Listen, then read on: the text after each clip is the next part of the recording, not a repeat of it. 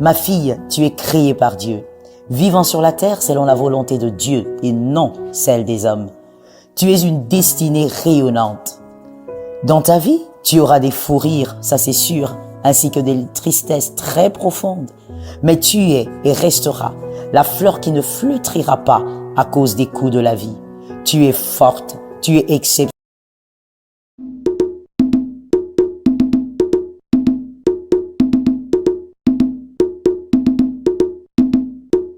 Je suis séropositif.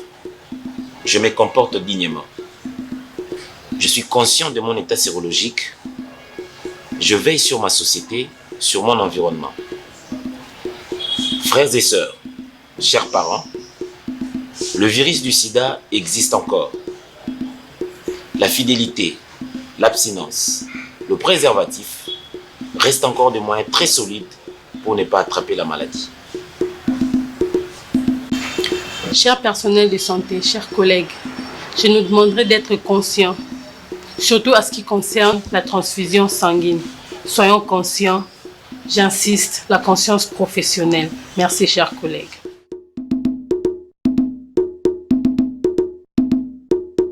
Chers élèves, jeunes filles et jeunes garçons, le VIH existe. Alors, je fais appel à nous. Je nous demande de bien nous conduire et surtout de nous abstenir pour ne pas être atteints du VIH. Nous avons un grand avenir, alors ne soyons pas un canal de la propagation du VIH. Dans les moments où vous avez une victime dans votre entourage, une victime de cette maladie, une victime qui n'a rien cherché, qui n'a rien demandé, mais une victime, et tout simplement une victime.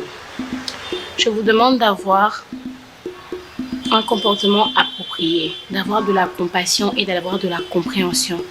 Car c'est une maladie, certes, qui touche le physique plus, mais il touche encore plus le mental.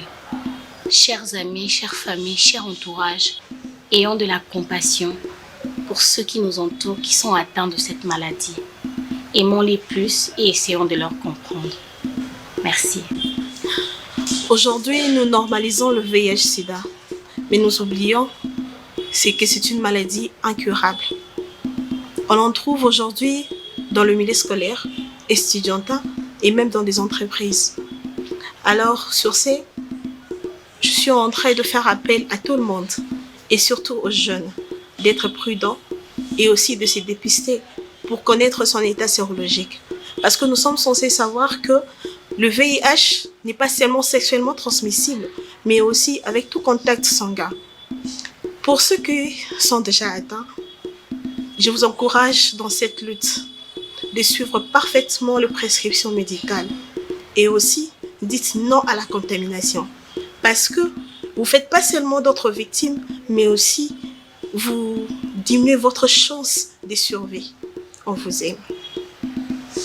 Dans des situations pareilles, parfois tous les mots peuvent être inférieurs au chagrin que vous ressentez.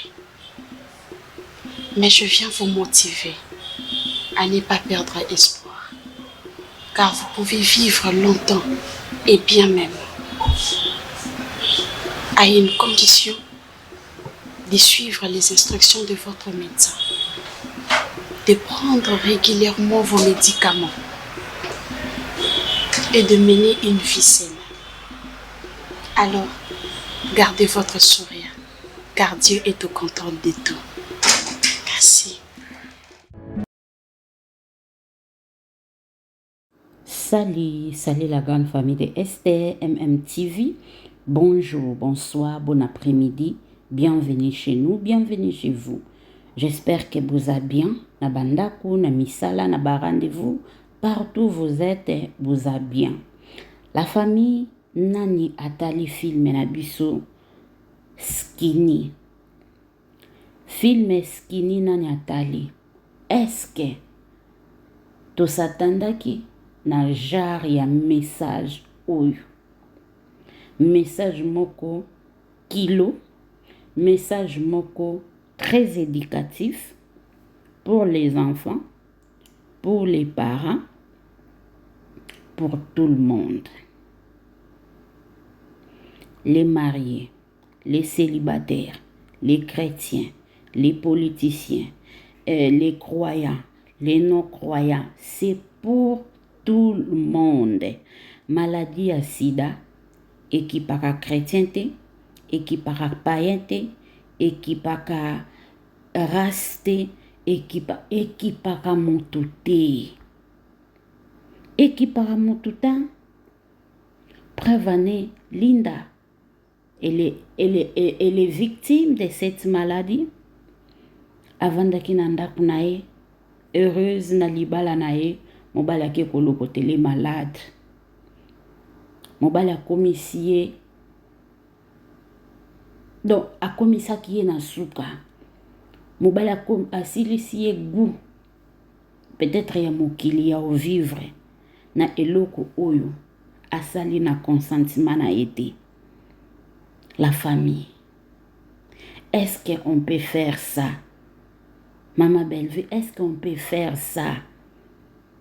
Oh là là là là là là. Tose la nini. Ministre ya santé, ministre ya culture et art. Qu'est-ce que vous attendez pour soutenir cette dame? Qu'est-ce que vous attendez pour donner la main forte à Maman Bellevue afin que à produire biso ba film ya malamu? Ba film oyo ezaki ezo bénéficier na bino bato boza na pouvoir parce que message bon le baté que non les messages étaient passés en lingala, non, c'est bilingue, c'est mélangé, il y a français, il y a lingala dedans. Alors tout le monde est libre de comprendre ces messages. Film ya skinny, tout le monde a se retrouvé. Maman Bellevue a tiki bisonyoso bouche B. Tobande na biso kotala, mais on ne savait pas qu'à la fin, tokozwa genre ya message oyo qui venant de nos artistes, de Dacosta, de Eternella, de Sylvie, de Patricia, Docteur, Maman Bellevue. En tout cas, message ezalaki passé, message ezalaki capté la famille. Na vandi nanga na lobité, na kende nanu na kota nanu na Facebook. Parce que message auto faire passango et comme la bakonzi. Tant que les artistes bakota na bandako ya batu sans autorisation, sans permission. Musala na bango o ekoti saka bango na bandako na bango. Film na biso ya skinny, si je ne me trompe pas, et bandaki les 14 avril. Les 14 avril, je pense qu'ils allaient lundi. Film na biso bandi lundi. Les mercredis, sans kututo yeba, que film oyo ekozala ekolobela sur la maladie VIH o to bengi sida toyeba kite parce que ceux qui toke kubanda premier épisode tina troisième épisode tozana indice mon côté o elakisaki ke Dacosta azana malade, Linda azana malade, Tegra ozo malade. Alors le 16 avril 2025,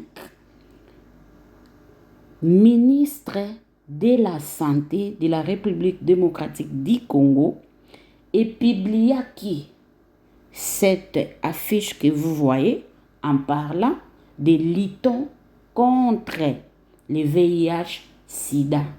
C'était le 16 avril 2025. Et lorsque j'ai vu ça, Natikali bouche B, je me suis dit, waouh, quelle inspiration, quelle coïncidence. Pendant que les ministres azo lité, azo partagé, Maman Bellevue aussi a réveillé conscience na biso, a réveillé conscience ya jeunesse parce que message ezaka pour la jeunesse, message eza pour tout le monde, mais mine moi je dirais que conscience la mukeza ya ba jeune parce que aujourd'hui tozo mona ba jeune baza prête à tout. Baza capable ya osala nyonso, ya ko coucher, ya ko lala na n'importe qui juste pour chercher quelque chose, peut-être à manger. Peut-être à lukaka kalipa alia. Tegra zui malade na volonté na ye parce qu'elle avait voulu venger quelqu'un. Mutoyo asali ye mabete, mutoyo abandai ko éduquer ye, mutoyo abandai ko lakisa ye nzela polobi azala mutu na kati ya société polobi azala bien, mais tegra lingai ko yokela ye te. Tegra lingaka yokela ye te, amona ke bazo maltraiter ye. Pourquoi babandai ko forcer ye? Parce que babandai ko mona ke non aza concentré te. Et tant que parent, tant ozo tinda mwana na yo pe na classe, n'est-ce pas? Faut ko bende matouille. Place ozo kende pona ko apprendre. Il faut que la concentrer. Faut que la concentrer. Ezana bana msusu baza ba bavarder, baza tant baninga baza concentrer, bazo apprendre notion yekuna azo déranger, azo distraire bateau. C'est ce que Tegra faisait. Ceux qui azala qui étaient intelligentes, engez ala telo msusu, mais linda bando mona keti ba parents na ope ba souffrir mbongo eza passé alors to sani fona pousser mais ya mona ki on mabe alobi OK, je vais quand même sortir avec son mari qui n'est même pas de sa génération aussi, qui n'est même pas de sa génération. Lelo ba jeune fille ba koma na ba sugar daddy. Pourquoi? Parce que bangonde bazo simba, bangonde bazo libéré. Na ki sugar daddy wana avant bokende, ozana tante bosala examen, ozana tante o se protéger. Pourquoi? Parce que tu vois l'argent au mona mbongo liboso. Ozotala nante soki malade eza conséquence nanga ekozala nini la famille.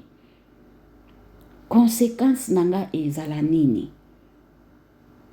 Mama Belle-Vie. Eza na ndeko moko abengaki nga hier alobi Mama Esther. Na be église na biso poto oyo. Mitema mabe. Balembisi bato kokende be église. Bakomi kokitisa bato kondima. Je préfère rester à la maison, regarder Mama Belle-Vie pour prendre quelque chose. Pona kozwa matea parce que na kati ya Belle-Vie TV matea ezali.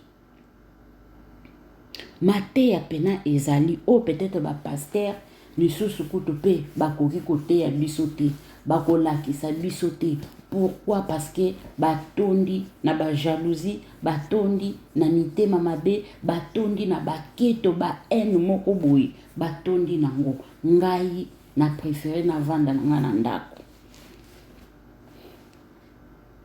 Na préféré na vanda po makambo nazomona te la famille. Na ebite mama wana akombutala conseil nini bokopesa ye.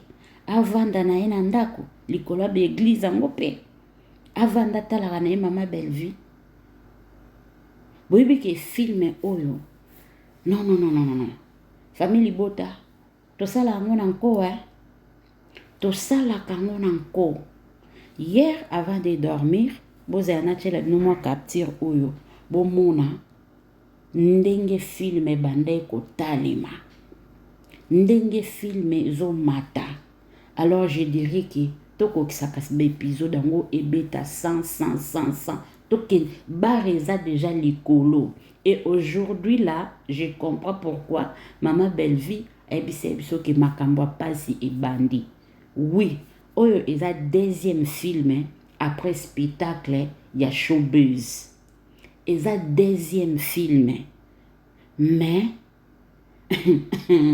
je vous dis, bozana na commentaire mo boy na monaki hier. Bozela naotcha de biloko nazotcha vitesi oyo filme ebanda ekokende. Si chaque film, chaque épisode to consomaka ngo modèle to consomaki 11e épisode ya Skinny, je pense que Maman Belleville a la fière na biso.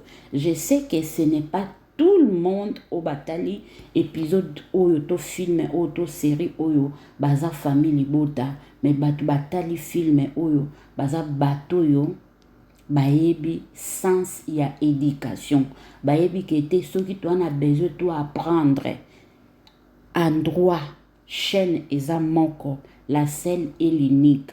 Eza lokwa biloko elambami nango ebele kasi basosi ekeseni. Sauce oyo ezaki na bébé akolia ezaka sauce ya Belleville TV et Candy Star Télévision. Parce que na kati ya Candy Star Télévision kuna châtiment pe échauffé. D'ailleurs lelo tokozwa 9e épisode, si je ne me trompe pas, 9e épisode. Châtiment de tokozwa. Donc la déception n'est pas Belleville TV. Bino bozwa na bino ba éloge. Oh yaya so za na bezo otala film na calme nyonso. Ba chaîne ezami balete. C'est Belleville TV. O sentir que ba tableau kimia ozozwa leçon. Makelele te, ko bina te, ko swana te, nini te, leçon. Chaque tableau epesi biso leçon. Ba mama lokola, ba mama étoile, bazali. Pourquoi beta ki tegra? Fala bete la tegra maboko. Parce que abandaki komona mwana na ye akoki jamais kosala babiloko baolo balibanda te. Mais après tout, nani a perdre. N'est-ce pas que c'est tegra, nous doit perdre. Parce que à détruire vos jeunesse nae, à détruire vie nae. Nachanan. Voilà, bisognos total à la famille. Lelo eza jeudi. Mardi dans sa live vidéo na lobek et tokokisi 337. N'est-ce pas s'il y a un jour tokokisi 338 000 abonnés. En tout cas, bravo et félicitations à famille Libota. Nandenge tozo consommer, nandenge toza ko s'abonner, nandenge tozo partager. Premier épisode na biso ya film ezana 150, deuxième ezana 108, 3 ezana 100K, 4 ezana 100K, 5 eza na 94, 6 eza na 93, 7 91, 8 86, 9 eza na 86 et 10e épisode eza na 83. Enfin 11e épisode tango nga nazwa ki yango na espace ya 7 heures d'état ezaki déjà na 58K. N'espace ya 7 heures d'état 58K. 58K oyo to consomaka yango pendant un jour. Mais hier tellement filmé et sali batu ba frisson et bimisi batu ba chair de poule ezangisi batu maloba batu ba émotion tellement elekaki te batu bazo rebandela épisode ya suka pour bien comprendre les messages qui a été passé. En tout cas, ce que sololi na mutu nyonso oyebi soki tableau ya suka de fin. Les messages yaya to se protéger. Maladie oyo existaka. Okomela kisi, okoumela, tu peux vivre encore. Il y a une personne d'ailleurs qui avait commenté hier na vidéo na postaki alobi ke non ye papa na ye akufa depuis 2002 na maladie oyo mama atikala mama tilelo azo vivre de 2002 jusqu'à 2025. Ça fait combien des années?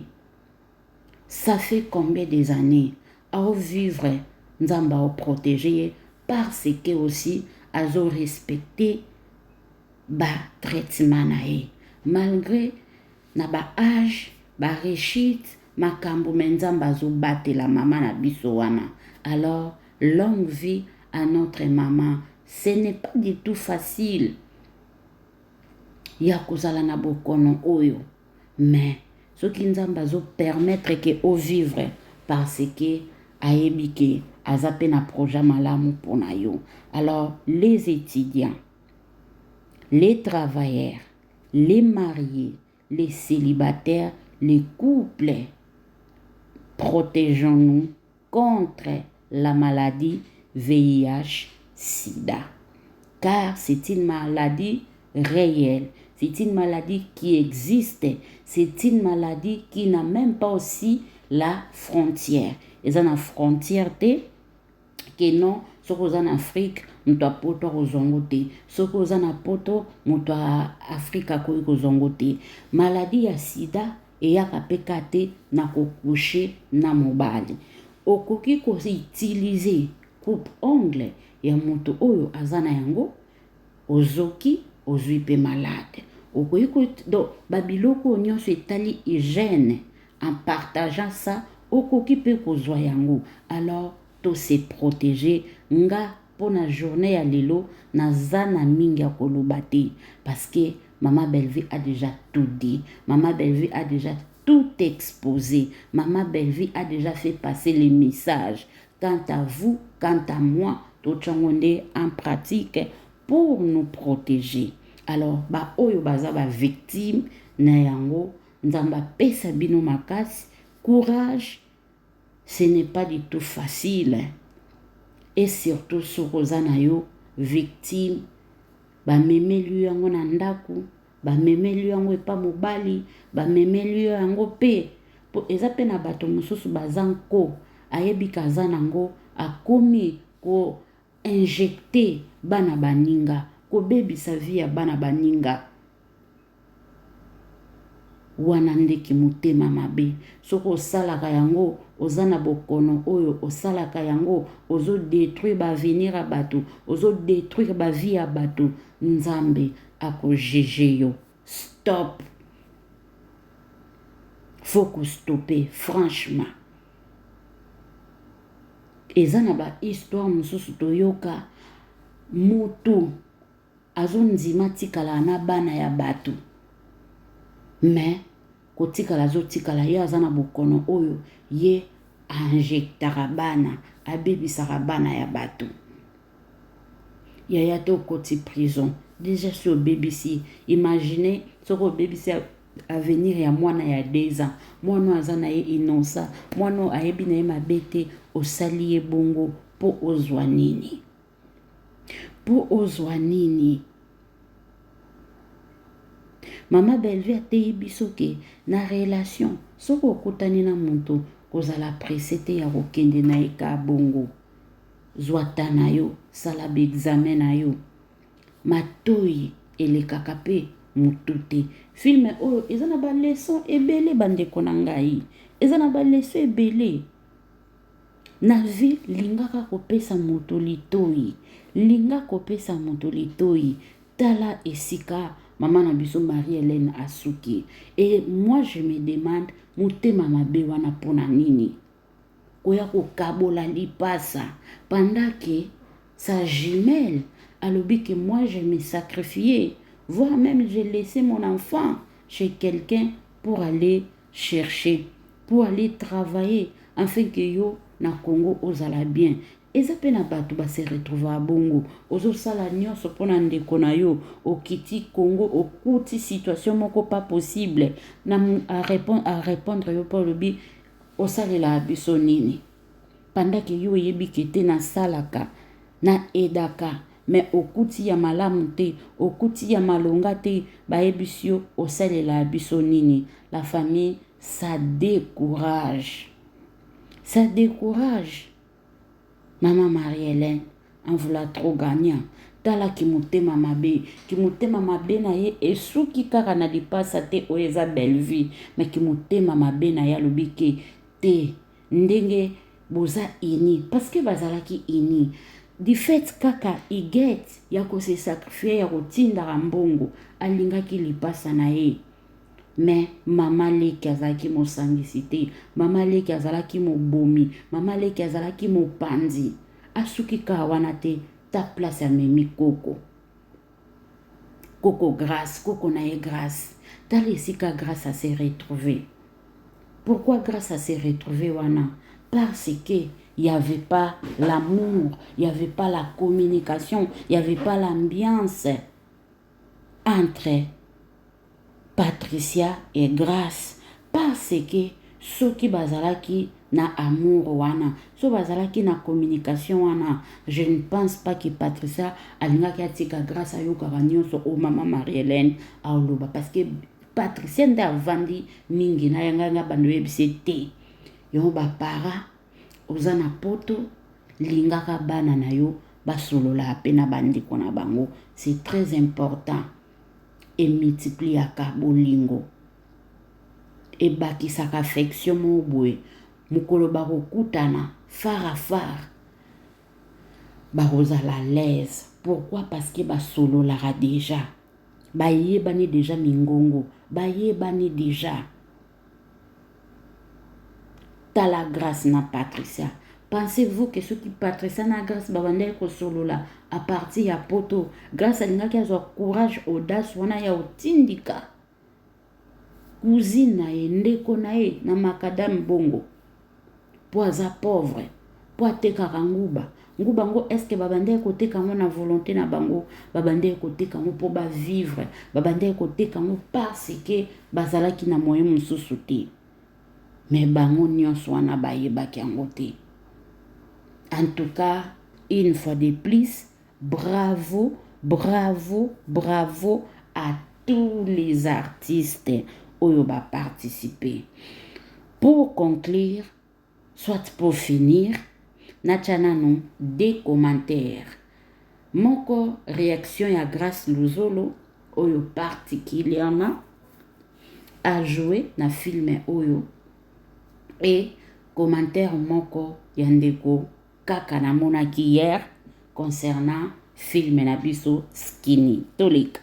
Alors totanga nga naza mutu ya famille libota te, mais des fois natalaka ba film na bango et Skinny eza vraiment éducatif, eza réalité ya bato ebele. J'ai appris beaucoup de choses kuna. Bravo. Message esukaki na bravo. Ndeko na biso aza na famille libota te, mais des fois akendaka na Belle Vie TV akatali ba film. Pourquoi kendaka kuna? Parce qu'ayebi ke kuna c'est l'éducation. Kuna en tout cas makambo ebele totalaka eza ba réalité. Bato mosusu balobi tozeli babimisela biso ba copie po baloba kete Mama Belle Vie a copié ba Nigérien. Du début jusqu'à la fin, totikali komona te batiela biso ata boye. Nayebi te ministre ya santé ya ba Nigérien ye pa lansaki message concernant film ango parce que bino bozalaka bongo yo kaka ke oti a copiaki ya ko copier za mabete. Convaincre public, les goûts et les couleurs sans se discuter par la famille. Bela ndenga zawana na ba collègue na ye ba yebiki te moi sioyo tokoki ko comparer na muntu te na génération na ye nanu azwi na ye adversaire te nanu azwi adversaire na ye te nanu azwi ye te donc écart eza nanu mulai. Alors pour finir, nachananu message ya Grâce Luzolo. Et là on a lingaki pas Grâce Luzolo l'humilité. Grâce à ça humble, grâce à ça azana komikitisa. Yango pe nzambe afungolele ba porte na musala na ye oyo azosala ya art et dramatique. Nacha message oyo après film ya Skinny impression na ye et pas ya moko ya ene na ye na musala oyo. Il s'agit de coach d'Acosta. C'est parti. Il s'agit de Grace Luzolo à son frère, grand frère d'Acosta Mukina. Un acteur bourri de talent. Félicitations pour ton savoir dans le cinéma congolais. Sincèrement, tu es égal à toi-même. Mon frère, il n'y a pas d'Acosta dans le cinéma congolais. Bravo grand frère et bon séjour à toi là où tu es. Grâce à l'oubli, il n'y a pas D, il n'y a pas 3. D'Acosta est égal à lui-même. Azanaye na mutute o photo comparé azanaye te. Nazoyi bisabino awa. Tala ko jouer ba artiste bazana ba talent. Mais ko bimisa talango yaya foko zala na bato. Parce que les mêmes artistes ba okenya na bango na ba chaîne songolo pakala bake basali musala. Et bango moko pe bayebi kete so na ke place boye. Te niveau yo na pesaka eza différent. D'Acosta aza artiste so pesie musala au sepelisa yo. Ako sepelisa yo parce que ayebi savoir-faire, ayebi musala na ye, ayebi kocha mutu, ayebi ko convaincre mutu sur scène. En tout cas, de là où tu es, bon séjour et merci pour le bon travail. Na otika kolobate, tozo comprendre pourquoi. Alobaye que non, Belle-Vie, elle va me manquer. Non seulement Belle-Vie a manqué, mais non seulement au manquer Belle-Vie, mais Bella aussi va te manquer. Parce que ils en ont ba pièce mo boye singa kaka d'Acosta. D'Acosta kaka. Ils en ont ba pièce mususu pe ya ko tali bolobi ke te pièce fallait ka bobo. Bobo mususu azate. Donc ba place à bobo wana et comme nango vide. Ils en ndeng moko. Et moi-même je me demande d'Acosta tikeli biso provision ya combien de films autres consommer n'absence nae parce que non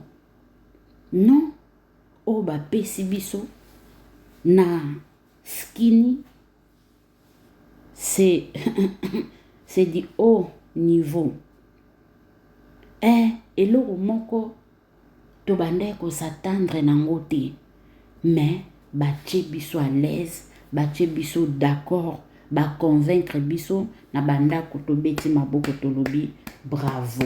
Maman Milo, que dire de vous?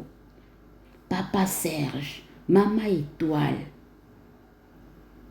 Coquette Sassa, Sylvie Eseka, Tonton Patrick, Yaya, Kenny ainsi que les autres, Moussala Kitoko, Nzamba Pambola Bino. Abonnez-vous massivement sur STMM TV, aimez la vidéo, partagez, commentez et que ça la bien. Oh, Toloba Kite, beau partager. Merci beaucoup. Bonne soirée, bonne journée, bon après-midi. Je vous aime. Alors, on se retrouve à la prochaine vidéo. Est-ce que awa Tolobe Maramba Batom Susu, Toeka Kolobe la filme? Bitso to lingara boye bino pe bolingara boye. Alors surtout ça ba analyse à film to partager to aimer et que ça la bien. Maman Feli Kodia, je suis sûr et certain que vous a convaincu na travail et salemi na skini. Maman Gilda de Brazzaville, je suis sûr et certain que vous a convaincu na papa na musala oyo et Salemi na Katia Belle-Vie TV. Alors restez branchés, scotchés. 15h juste. Na Candy Star Télévision, to Kende, to Matissa, to Fula. Les autres making of. En attendant, l'espace wana ya 1 heure tokende mpe tolakisa force tolakisa amour na Candy Star. C'est comme si Candy Star bato ebele bazotyango kate hein? Candy Star botyango kate, mais laissez-moi vous dire que là-bas aussi il y a du lourd. Il y a du lourd la famille. Alors tokende totala ekosala bien. Nalingi biso vraiment mingi nzambalola pambola bino, nzambalola abomba biso. Messieurs les ministres de la santé, en tout cas, Mama Belleville a dédié bino film oyo. S'il s'agit de somba yango, ne fils que pour bo récompenser l'artiste pour na travail na bango, pourquoi pas yako soutenir bango. S'il s'agit de soutenir ye, na sens que ekota ata na Netflix pour que message oyo ezala passé, boko kozwa film oyo bandeko nanga bato ministre ya santé bozwi film oyo eza nango déjà 80%, eza nango déjà na français bazwi ka ba traduire ango na anglais ekoti na Netflix pour passer les messages au monde entier, parce que qualité à travail il y a rien à dire. Et là on discuter zate. Soutenons nos artistes pendant que bazana bon moi. Au senti que Linda a pesi message, mais ye moko na film oyo azalaki choqué. Azalaki vraiment choqué.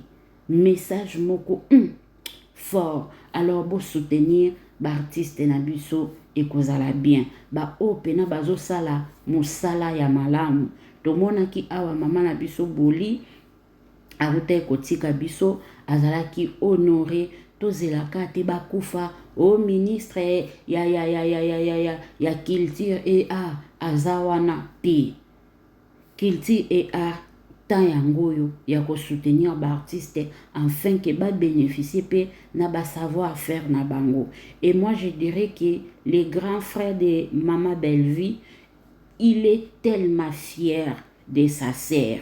Comment on a que to galérer, to sali effort, les kinabiso atanga, les kinabiso akoma oaza lelo na kati ya société, et tango au sala musala public, ezozala d'accord, honneur wana ezozonga na famille. Honneur wana ezozonga na famille. Nous disons un grand merci pour les sacrifices, pour l'amour que vous avez manifesté envers votre sœur pour l'éloper akoma moto na kati ya société. Merci beaucoup na famille Kandi, merci beaucoup na babone nyonso. Famille Libota aujourd'hui, famille Libota demain, famille Libota forever. Alors mettez vos j'aime, mettez vos commentaires, partagez. We are together. Stay tuned on STMM TV. We're gonna see you in the next video. Une fois de plus, nazotika son, y a message oyo parce qu'ils a message oyo eza passé pour na ko sensibiliser jeunesse congolais, soit peuple congolais. Que Dieu vous bénisse. Bye bye.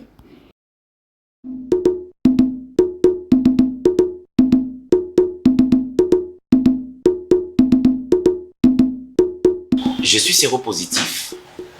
Je me comporte dignement. Je suis conscient de mon état sérologique. Je veille sur ma société, sur mon environnement. Frères et sœurs, chers parents, le virus du sida existe encore. La fidélité, l'abstinence, le préservatif restent encore des moyens très solides pour ne pas attraper la maladie. Chers personnels de santé, chers collègues, je nous demanderai d'être conscients, surtout à ce qui concerne la transfusion sanguine. Soyons conscients, j'insiste, la conscience professionnelle. Merci, chers collègues.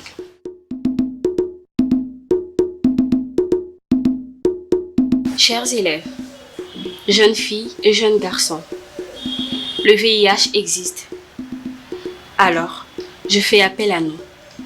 Je nous demande de bien nous conduire et surtout de nous abstenir pour ne pas être atteints du VIH. Nous avons un grand avenir, alors ne soyons pas un canal de la propagation du VIH. Dans les moments où vous avez une victime dans votre entourage, une victime de cette maladie, une victime qui n'a rien cherché, qui n'a rien demandé, mais une victime est tout simplement une victime.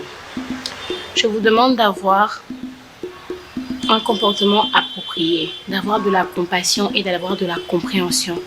Car c'est une maladie, certes, qui touche le physique plus, mais il touche encore plus le mental. Chers amis, chères familles, cher entourage, ayons de la compassion pour ceux qui nous entourent, qui sont atteints de cette maladie. Aimons-les plus et essayons de leur comprendre. Merci. Aujourd'hui, nous normalisons le VIH-Sida, mais nous oublions que c'est une maladie incurable. On en trouve aujourd'hui dans le milieu scolaire, estudiantin et même dans des entreprises. Alors, sur ce, je suis en train de faire appel à tout le monde et surtout aux jeunes d'être prudents et aussi de se dépister pour connaître son état sérologique. Parce que nous sommes censés savoir que le VIH n'est pas seulement sexuellement transmissible, mais aussi avec tout contact sanguin. Pour ceux qui sont déjà atteints, je vous encourage dans cette lutte de suivre parfaitement les prescriptions médicales et aussi dites non à la contamination. Parce que vous ne faites pas seulement d'autres victimes, mais aussi vous diminuez votre chance de survie. On vous aime. Dans des situations pareilles, parfois tous les mots peuvent être inférieurs au chagrin que vous ressentez.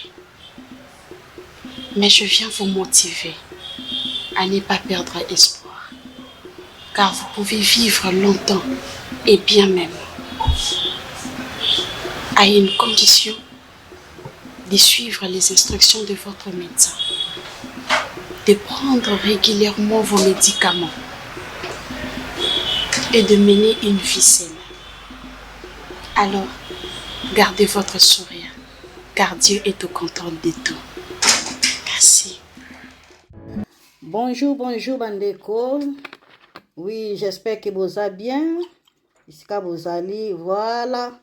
Je vais vous présenter biso juste produit na biso ya aloe vera gel. Oyo bozomona awa oyo nalingi na mela sikoyo.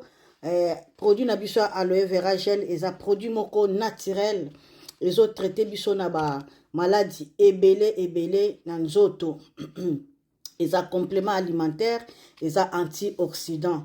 Na ebité soki bisika ozolanda biso, soki oza un problème tension, oza un problème diabète, oza un problème insomnie, on a problème de constipation, on a problème yaba douleur na nzoto pasi, on a problème estomac, on a problème ba pota, produit oyo eza tellement makasi, on a problème mbasu, on a problème nyonso to ezo déranger yo.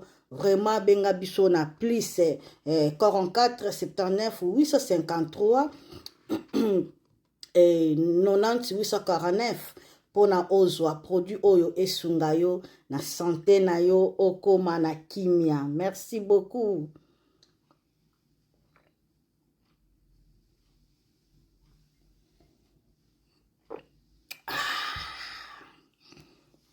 Merci, bye bye. Bonjour, bonsoir. Na évité vidéo oyo ernine kokoma ekomela bino ezali mama Joséphine, mama Zozo na yebi bino solution. Oyo ezali solution ya ba problème na biso. Ba problème na biso yango ezanini. Ba problème na biso yango eza ba problème ya santé, eza ba maladie oyo eza kati na biso. Ma maladie telle que diabète, tension, AVC, prostate, ba hernie, ba maladie wana nyonso tout oyo ezo déranger biso, ba ménopause, mutu pasi, maladie nini, épilepsie, maladie nyonso tout oyo ezo déranger ndeko na yo, oyo aza pembe na yo ezo déranger mwana na yo, oyo ya cancer, oyo ezo déranger biso, solution yango yo na yeli yo solution ya ba produit na biso ya naturel, ba produit oyo ezali ba complément alimentaire, ba produit oyo ezali 100% naturel, ba produit na biso ya oxydant. ndeko na nga na ili yo ba produit oyo eza juste biloko kolia oyo tozo ko compléter na nzoto na biso. Pourquoi? Parce que monde entier, monde déjà eza pollué.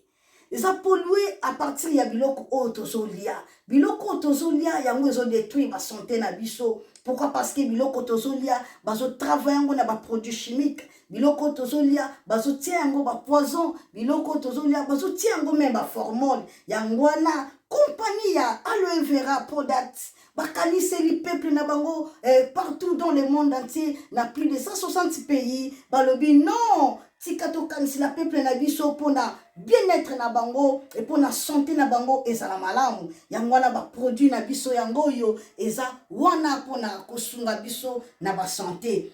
Tika na ebisa yo bien fait ya produit na biso aloe vera gel. Produit oyo okoko zanga yango na ndaku na yo te. Yo ozo na problème ya insomnie, olala kate produit oyo eza somnifère. Ezo pesa yo pongi. Yo oyo zana nzoto makasi te, produit oyo eza tonique. Eza wana po pesa yo nzoto makasi. Yo oyo zana ba toxine na nzoto na yo, produit oyo eza détoxifiant, eza ko détoxifier nzoto na yo, eza ko purifier makila na yo, eza ko sukula ba veine na yo. Produit oyo eza na ba bienfait ebele. Produit oyo ko soigner pour l'estomac, produit oyo ko soigner pour la constipation. Produit oyo eza produit moko eza ko sunga système immunitaire na biso. Yango wana ndeko yo ko zanga ba produit oyo te pour la santé na yo. Santé eza na prité, santé eza na prité. Yango wana somba produit oyo soki omilingaka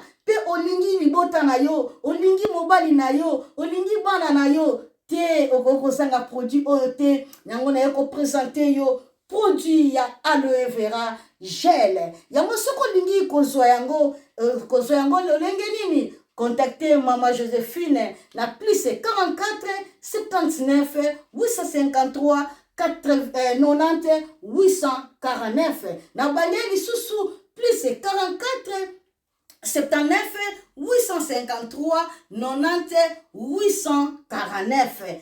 Tika nzambe apambola yo kozanga produit oyo te aloe vera gel.